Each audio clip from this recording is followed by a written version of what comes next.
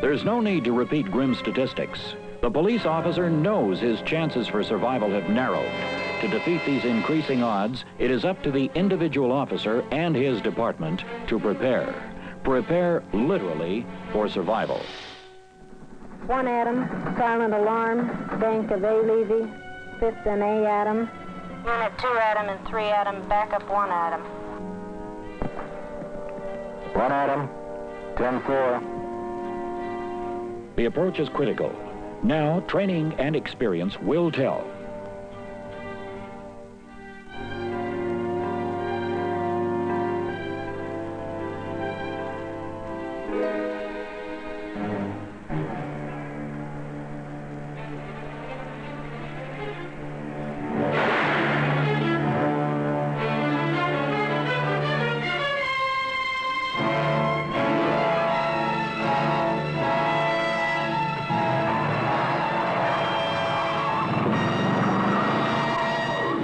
This officer is dead. Why? Very simply, he wasn't prepared.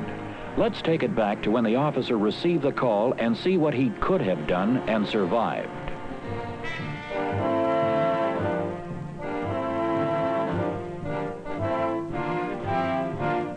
One Adam, silent alarm, bank of A Levy, 5th and A Adam. 1 Adam.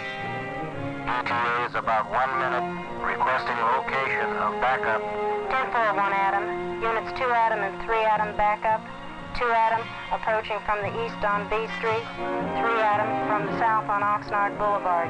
ETA approximately 3 minutes. Notice the officer does not rush in blindly. He takes a position where he can observe the scene in relative safety. From this vantage point, he can analyze the situation and determine the best apprehension procedure. He observes a possible lookout standing near the door and a possible getaway car with a driver, plus he notes the number of pedestrians, which makes an immediate confrontation most hazardous. The officer knows he must make a cautious approach. A gunfight on the street is out of the question. The officer immediately notifies communications of his exact location, description of suspects, their vehicle, and what direction they are headed. The officer makes a wise decision. He allows the suspects to leave the bank. The safety of the people is his prime concern at this point. All units have been notified by the dispatcher, and the officer follows the suspects. He keeps a safe and discreet distance while reporting speed and direction. He has a difficult decision to make. Where does he make the stop? He must take into consideration a list of factors such as time of day, location of backup units, geographical area, population density, lighting, traffic, and the possibility of having to go in pursuit. He cannot wait too long. The backup units are in constant touch with communications.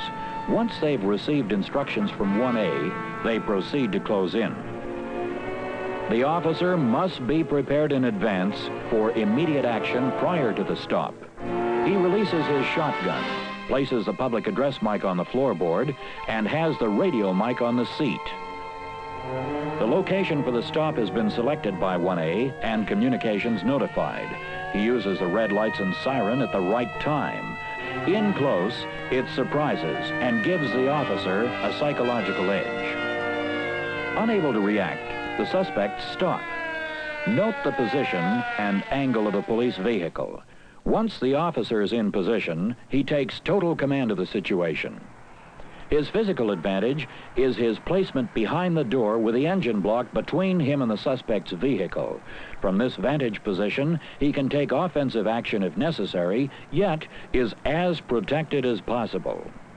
He commands them to place their hands, palms up, on the dash. Suspects in the rear, hands on the back of the front seat.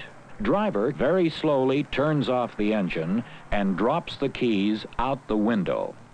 The officer should not attempt the arrest alone. As the backup units arrive, they will work as a well-trained team, with a second officer automatically covering the arresting officer. When the backup officer is in position, the suspects are ordered from their vehicle by the arresting officer. All suspects should be ordered to exit from the same side of the vehicle, allowing for the best observation and minimize escape opportunities. The arresting officer instructs the suspects out in this specific order. First, the man in the right front or passenger side. Backup officer has a clear field of fire using the trunk of Unit 1A as cover. The driver is ordered out and assumes the same positioning to the left of the first suspect. It is important to get the driver out quickly, since there is always a possibility that he might have a second set of keys. The arresting officer commands the suspect to sink to his knees and then assume a prone position. Now the suspect in the right rear is instructed to follow suit. He is told to face left. This way, the suspects cannot see one another as they are handcuffed. The arresting officer verbally controls the suspects. The last man to be removed is the suspect sitting in the left rear. The arresting officer checks the suspect vehicle carefully to ensure additional suspects might be hidden from view. The vehicle will be thoroughly searched after the suspects are handcuffed. Sufficient assistance has arrived to allow movement. The arresting officer takes the handcuffs from the first backup officer and moves into a control position to begin handcuffing and initial physical searching. He will continue to maintain command of the situation until suspects are ready for transport. Handcuffing will be in a right-to-left sequence. Utilizing this procedure, the suspects cannot see what is happening. This is another factor in keeping a suspect physically and psychologically off balance. Notice the arresting officer cuffs the hands behind the back. Always handcuff a suspect behind the back, never in front where he or she can manipulate their hands. When cuffing, also make sure the cuffs are double locked. After handcuffing, the arresting officer makes a cursory check for weapons. Though a more thorough search will be made before the suspect is placed in the patrol unit for transportation, this initial search must be made. Notice the search pays off, as handguns are found. Note also that the arresting officer places the found weapons in his waistband, where he can keep control of the weapon, plus maintaining the chain of evidence. Note how the officer maintains physical control. Each suspect is searched again. This is most important. Too many officers have been killed by a suspect who was thought to be clean.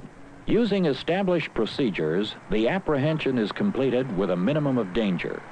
4 felony suspects have been arrested by a single, well-trained officer using sound techniques and a team approach. Let's look back at the operation and stress the vital factors. The officers utilized every advantage possible, both physical and psychological. They were cool. They did not rush headlong into the situation. They did not play hero. Too many brave but foolish and untrained officers have died by exposing themselves unnecessarily. Remember these points. Be prepared. The suspects have done their homework and are prepared. Are you? Approach a potentially dangerous situation with extreme caution. Observe, diagnose, and plan. Plan your action, and when possible, develop pre-planning so that preliminaries are reflexive actions on your part when rolling on a particular felony call. Always park your vehicle so it offers the most protection and concealment for yourself. When possible, utilize your shotgun. It is a far better weapon than your handgun for most situations, both ballistically and psychologically. Remember your radio. It is your lifeline to your station and supporting units. Note how the arresting officer utilizes the cuffs of the backup officers. Learn to work as a team in backup situations. Never take anything for granted. Always search a suspect thoroughly. With proper and frequent training, the odds in the street against the individual officer can be narrowed, but it depends on the department, and above all, it depends on you, the individual officer.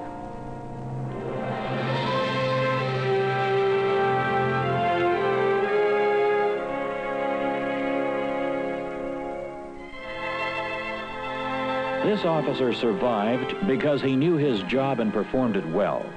He can go home with a deserved feeling of accomplishment in knowing he has again served and protected his community.